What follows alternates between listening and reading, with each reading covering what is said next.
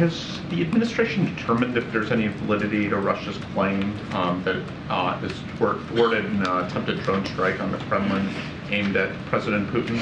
So we are aware of the reports, but are unable to confirm the authenticity of them at this time, and so I don't want to get into speculation from here about what happened, but we are indeed aware of the reports. Separately, does the administration see Putin as the commander-in-chief of Russian troops that have waged this war against Ukraine as a lawful military target?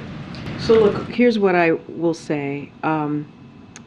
Since the beginning of this conflict, the United States is certainly not encouraging enabling Ukraine to strike beyond its borders. We've been very clear from here about that.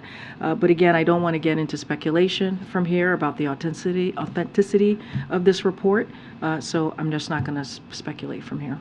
I understand that you can't confirm the authenticity of this alleged drone attack, but regardless of that, how concerned are you, as Ukrainian officials have suggested, that Russia could use this to launch some new kind of provocation? So look, I want to be super mindful here. Again, we've heard the reports, not something we want to, that we are able to confirm.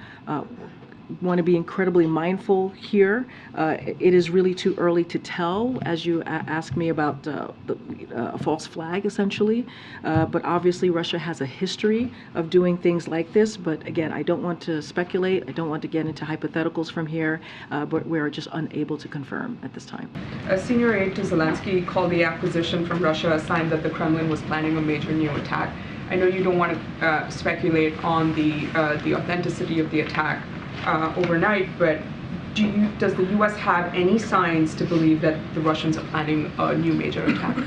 Any new details? I mean, on that? just as I said moments ago to your colleague, look, we know that Russia has a history of doing this. They have a history of doing false flag. It is not unusual. It is incredibly common. I just don't want to speculate at this time. Given the critical moment that the war is in, the fact that Ukraine is poised to potentially sometime soon launch its spring counteroffensive, and now this incident that we started talking about at the top of the briefing with the drone, how concerned is the White House that those leaks could strain the U.S. relationship with Ukraine at this critical moment? Look, we've been very clear. I mean, we're about to announce another critical security assistance to Ukraine. I think that shows our commitment, and we have been very clear that we will support Ukraine as they defend their country against Russia's invasion, and that will continue. That will not stop.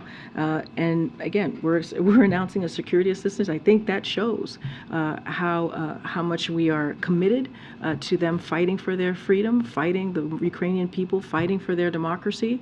And so we've been very clear in not just security assistance and humanitarian aid and economic aid, and that will continue from here.